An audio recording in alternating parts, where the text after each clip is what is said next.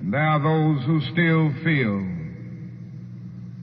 that if the Negro is to rise out of poverty, if the Negro is to rise out of slum conditions, if he is to rise out of discrimination and segregation, he must do it all by himself. And so they say the Negro must lift himself by his own bootstraps.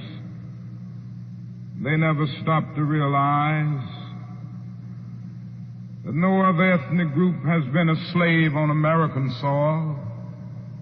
The people who say this never stop to realize that the nation made the black man's color a stigma.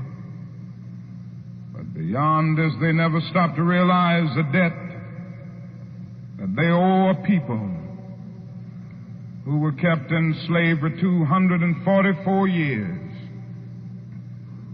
In 1863, the Negro was told that he was free as a result of the Emancipation Proclamation being signed by Abraham Lincoln. But he was not given any land to make that freedom meaningful.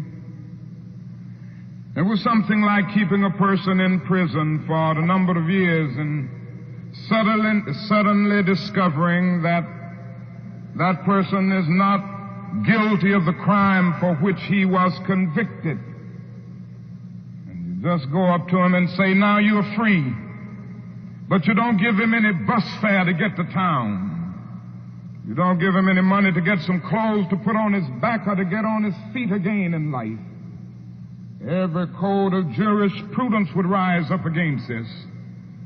And yet this is the very thing that our nation did to the black man. It simply said, you're free. And it left him there penniless, illiterate, not knowing what to do. And the irony of it all is that at the same time that the nation failed to do anything for the black man,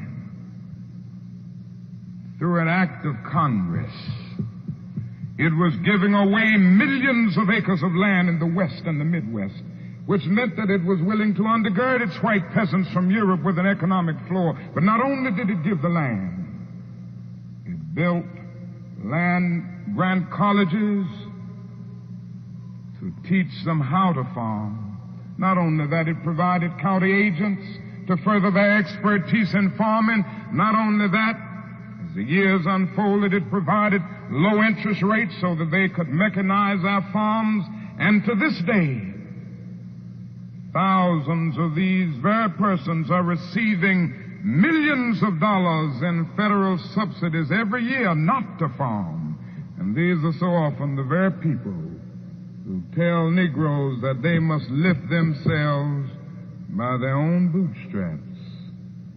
It's all right to tell a man to lift himself by his own bootstraps, but it is a cruel jest to say to a bootless man that he ought to lift himself by his own bootstraps. We must come to see that the roots of racism are very deep in our country. And there must be something positive and massive in order to get rid of all of the effects of racism and the tragedies of racial injustice. Now, that is another thing closely related to racism that I would like to mention as another challenge. We are challenged to rid our nation and the world of poverty. Like a monstrous octopus, poverty spreads its nagging, prehensile tentacles into hamlets and villages all over our world. 2/3 of the peoples of the world go to bed hungry at night. They are ill-housed, they are ill-nourished, they are shabbily clad. I've seen it in Latin America, I've seen it in Africa. I've seen this poverty in Asia.